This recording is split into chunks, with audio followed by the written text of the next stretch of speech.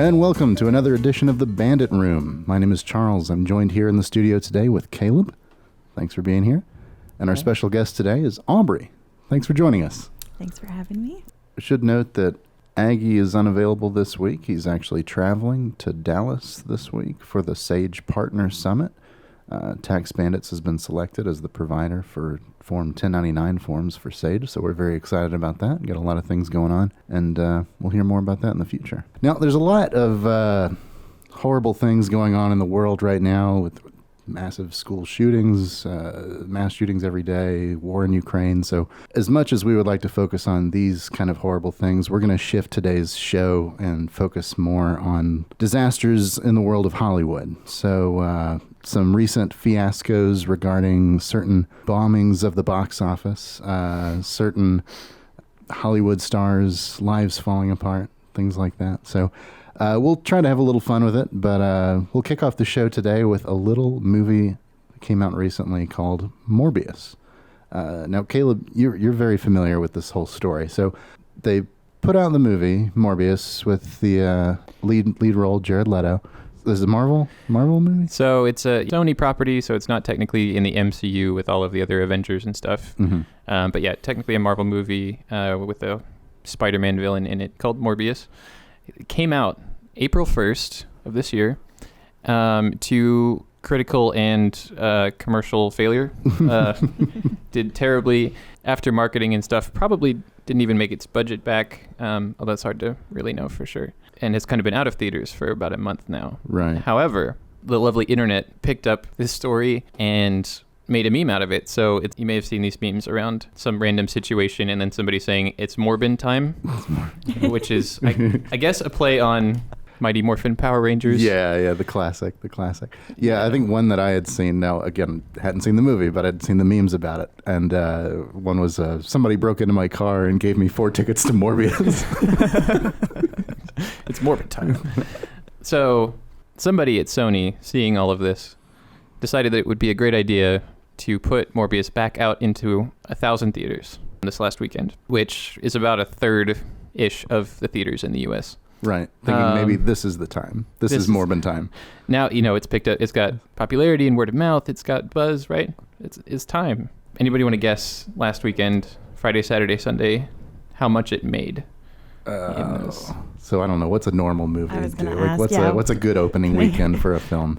And it's not the opening weekend, so it's never going to do right that good. But a good opening weekend is like 30, 40, 50 million. Mm-hmm. That's a really, really solid opening weekend. Guessing in the singles, if not lower. Yeah. Any guesses, Aubrey? Like, not even $1 million. Correct. So in 3 days, it made $300,000 in 1,000 theaters, which is like approximately $300, on average per theater. $300 per theater. Right. In 3 days. That is so bad. Yeah. Which is like what? Like, I don't know. A ticket's like $10 or $12. So, yeah. So it's like 30 people. It's about 3 people in each film, each showing. Right. 3 or 4 people. Literally like no people went back to see it. Nobody showed up, which has now spawned sort of more memes about this thing. It's become even more of a meme. Some people think Sony really, dropped the ball here. They're like totally misinterpreted events, totally whatever. Mm-hmm. Other people think they knew exactly what they were doing, which is get people to talk about Morbius, even if we don't make That's money true. on it. Yeah. So no matter how bad it is or how big of a flop it was, it did get people talking about it for whatever reason. And maybe that's currency enough in this world. Who knows? I mean, it has its own section of like the internet now. So I feel like you've succeeded if you're on like the high end of the meme situation currently. Yeah, even if it's, bad press. It takes a movie that would have been forgotten and now is one of the biggest memes of this year and maybe for a while too, who knows, right? So, and it could end up being one of those films that's like famous for being a bad film, right? Know? Like there's that one, I can't remember the one that they made a movie about the film. Do you recall? It was like The Room or something like that. Yeah, The Disaster Artist is the they made the movie The Disaster Artist based on the film by what's his name? Tommy Wiseau. That's the one. Yeah. You're tearing me apart, Lisa. So who knows? Maybe you'll get that kind of cult following after this. But yeah, I think it's pretty funny that they sort of interpreted that as like, well, all these people are talking about it, you know, they must really want to see it again. Yeah. But it was just like people making fun of it. I'll give them that. They ran with it. They were like, oh, wait, let's give the people what they want. And then they were like, oops, still not what they wanted. I mean, admittedly, I was almost tempted to go and see it just for the beam. Yeah. I did not, but it would have been slightly embarrassing to be one of the, 10 people that went to see it. Being the ones to contribute to the $300,000. I helped make that flop. Yeah. I helped make it. What are some of your favorite flops, Caleb? Do you have any favorite flops? I think mine might be The Master of Disguise. Wait, was that a flop though? I mean, okay, I don't know. Critically flopped, yeah, absolutely. I guess, okay, yeah. It's one of the lowest on Rotten Tomatoes. Is it really? Yeah, I did not realize. It might even be like 0%. Hold on. Master of Disguise. 1% on Rotten Tomatoes. Yeah. No, it does. 1%. Oh my gosh. I don't know if they financially flopped. They probably made it work. People were watching movies in those days. Yeah, we were all just going out to theaters buying tickets. It was the golden age of. Well, yeah, it made a little bit of money. Yeah, it's not a total disaster. Yeah, that's a good one. Any others that come to mind? The Lone Ranger. Ooh, is that a Johnny Depp movie? The Lone Ranger. It is. Oh yeah, it is, and it is. And that was before all of his troubles. Oh, yeah. And the other guy in that is Armie Hammer, who has his own. Yeah, you're right. That movie, if you were part of that movie, maybe knock on wood or something, because that didn't. What's Armie Hammer's situation? Just the cannibalism? Yeah. Just the cannibalism. Yes. Just a side of cannibalism in his life. Yes. And I didn't know if it was problematic for any other reasons or if it was strictly that. Yeah, okay. Cannibalism, but also I think some minor assault, some battering of women. Like he has some issues, I believe. Maybe it's a main course of cannibalism with a side of with a side of assault. Assault, yes, yes. You got to start somewhere. Mm-hmm. Mm-hmm. That was really a terrible movie. I actually saw that movie in theater, so. Also don't think that it would be politically correct to be made today either. Yeah, you probably couldn't make it today. I mean, it's only 10 years old. Which is saying something, but I don't think that they could have made that movie today if they wanted to, interestingly enough. They just squeezed it in there. Right? They did. They barely made the cut. Yeah. So X-Men Dark Phoenix, I watched that one not in theaters, but with my little brother. That's a so bad it's good movie. We called it Dorkphonics. Because it was a fun movie to watch just because it was so bad. There's this scene of Professor X, who is in a wheelchair. Magneto forces him through some kind of mind control or something to walk up these stairs, and it's torturous for him, but it's not horrifying or scary at all. It's just funny, even though it's supposed to be that's a funny movie. I'm trying to think of any other famous things you like that. Oh no, wait! I love the Chronicles of Riddick. Is it Vin Diesel? Yes, Vin Diesel. Really? Yeah. That's always the good acting with Vin Diesel. I know. It's one of those movies that when it's on, they play it on, I don't know, TNT, whatever those channels are. And I'm like, oh man, it's one of those movies like The Devil Wears Prada 2. If it's just playing on TV, I'm like, oh man, okay, there it is. I'll just watch it again for the 1 millionth time. And it's not the plot isn't there, the acting's not there, but it's Vin Diesel. It's fine. Doing what he can. Mm-hmm. Well, we can take a quick break and then pop back in here for the next half, and we'll get into the Johnny Depp Amber Heard situation.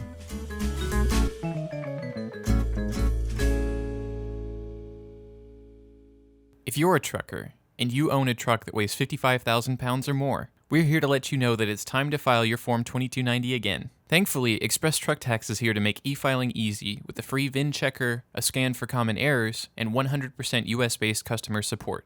Plus, if you file your 2022-23 Form 2290 before June 30th with Express Truck Tax, you'll be automatically entered for a chance to win Denny's gift cards, Blue Parrot headsets, and even a Garmin Truck GPS. So go to expresstrucktax.com now to file your 2022-23 Form 2290.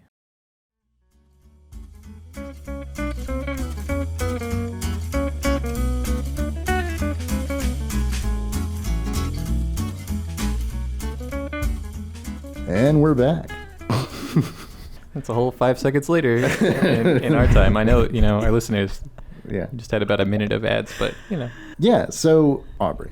Yes. You have been following the trial. Yes. The trial of the year. the trial of the decade. Yes. Johnny Depp, Amber Heard. I have not followed it. Caleb, I don't think you've not been really following it either. Okay.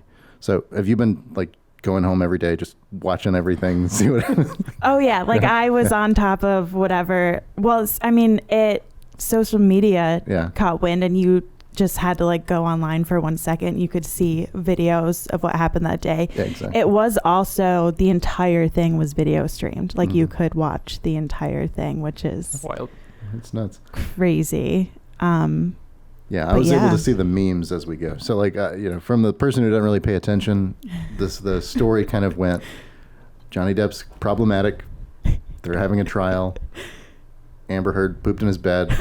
And now everybody likes Johnny Depp again.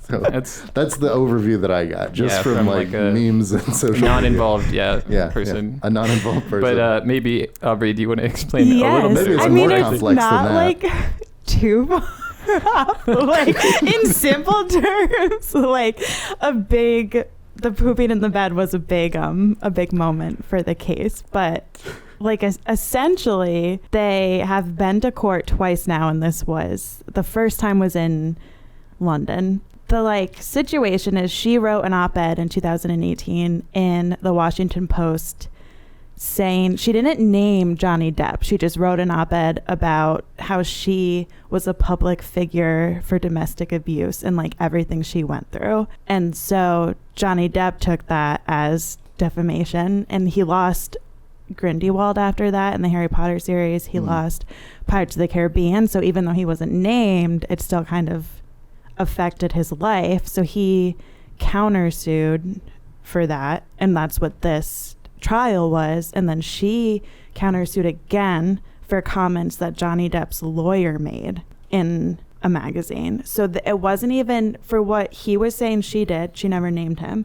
And for what he was being held accountable for were words that he didn't even say. So like that's very, I don't know, like that's kind of interesting too, that it was like neither of them directly said anything. But essentially she's saying that she was abused their entire relationship, and he said he denied everything, like completely, like never happened, which I think was the difference in what's happened a lot since the Me Too movement. Is most times when someone was accused, they didn't straight out deny every single allegation. They were just kind of like, ooh, sorry for what I might have done in the past, like oops. But he was like, absolutely not, like I would never do any of this. So I think that was what kind of set this apart a little bit from the like other things that have gone on since the Me Too, and like that wave of that went through Hollywood, like completely, with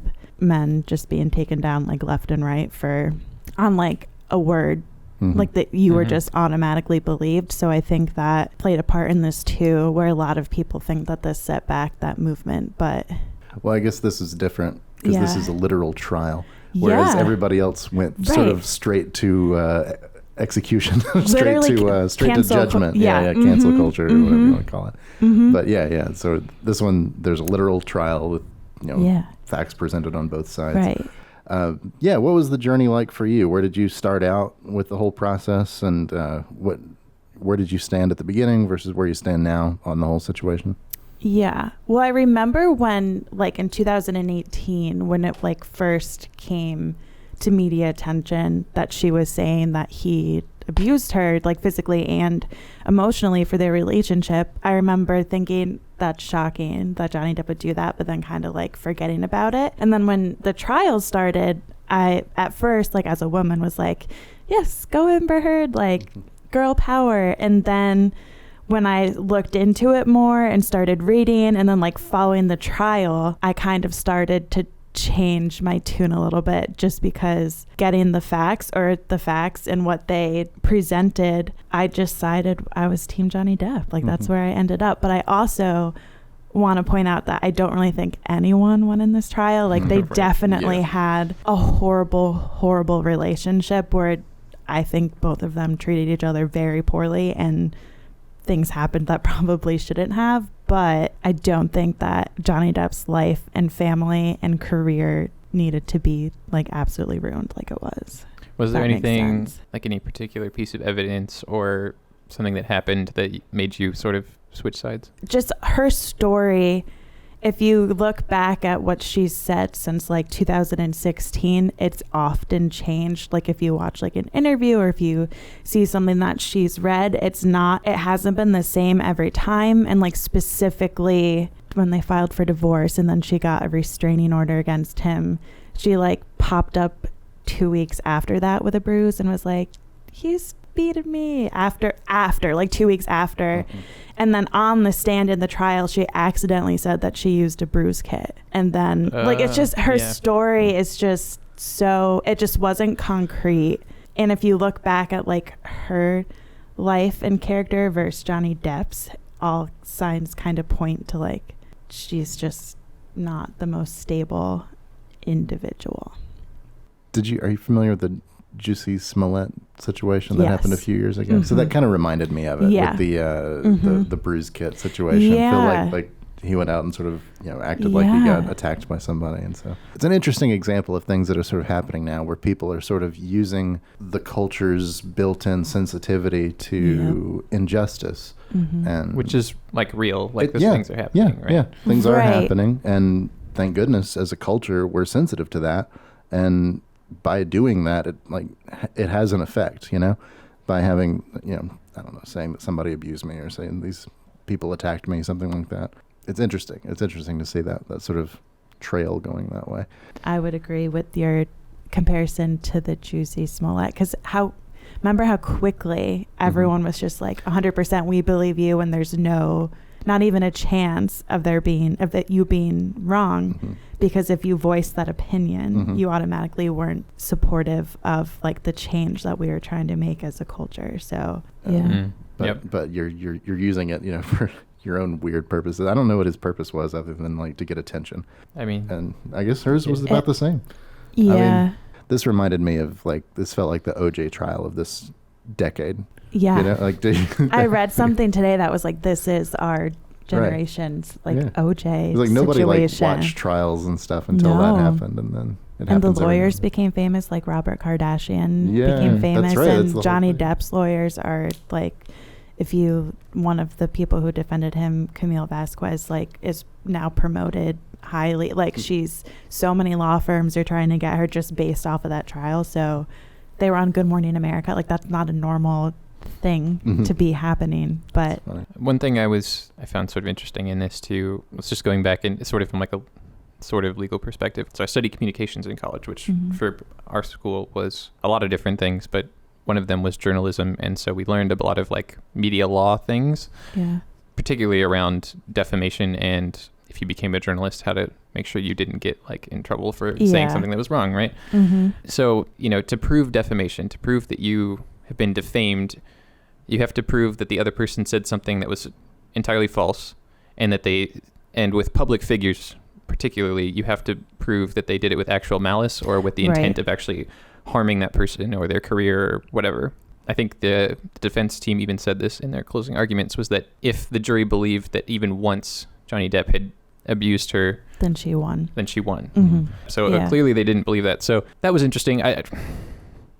Because there were a lot of things that they both did that weren't awesome. Right? I mean, he's not. So what was the things that he had actually done?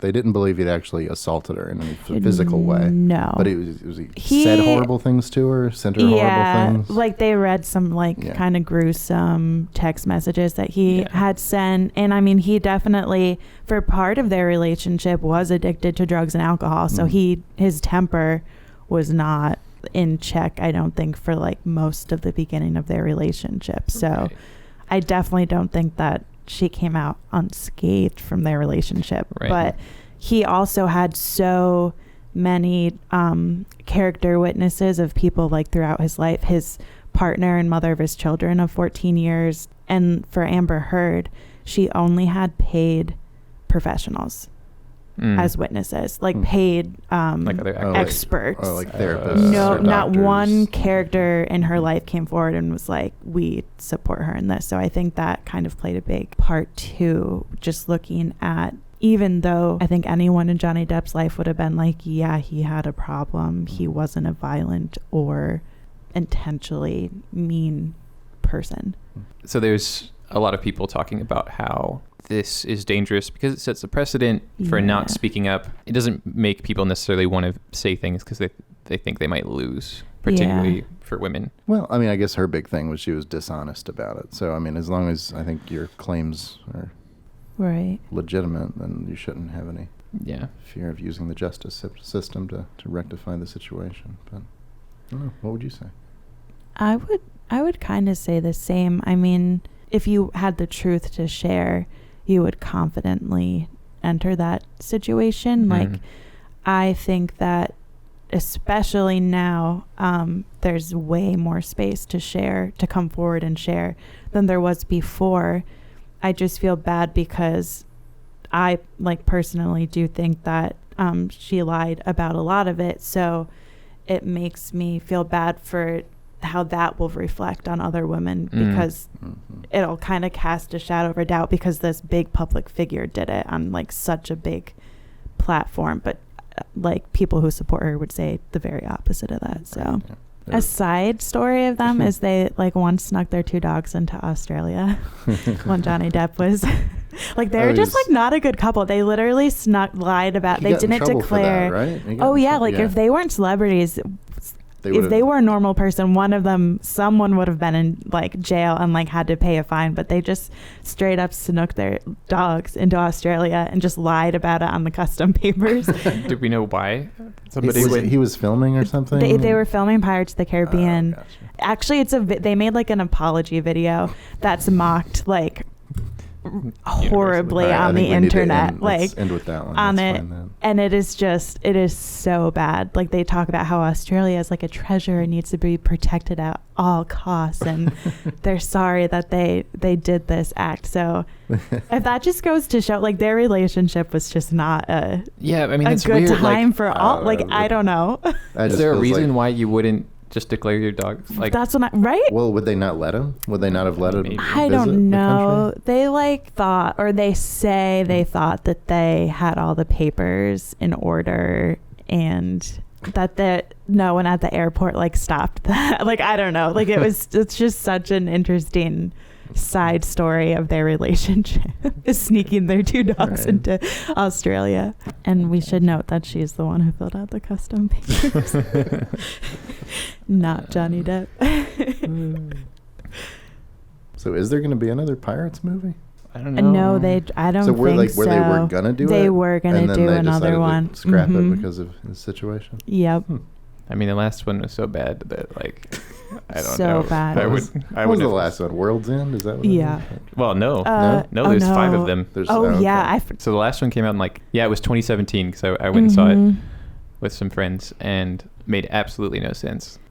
I mean, the third one, when they were still big, was pretty bad. I like that movie though because it's Did you? Sorry. No. Which one's the third? I know it's not. That's at World's End. That's World's End. Okay. Objectively, it's not a great film, but it's a lot of fun, I think, and there's a lot of cool set pieces of things exploding, which for my middle school self was the coolest thing. So I guess I have good memories of it, I guess. Yeah.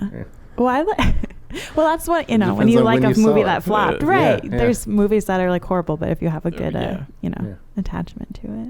Yeah. No, they were. I mean, again, that's one of those things that people would continue to go to, I guess. So I think they would have still just cranked out more Pirates of the Caribbean movies, but no, they were absolutely not. You're done. It'd be interesting to see what happens. Yeah, we'll see what happens. Yeah, Disney's putting out new stuff all the time. Maybe it'll be get a spin-off TV show at this point. Who knows? Oh yeah. Yeah.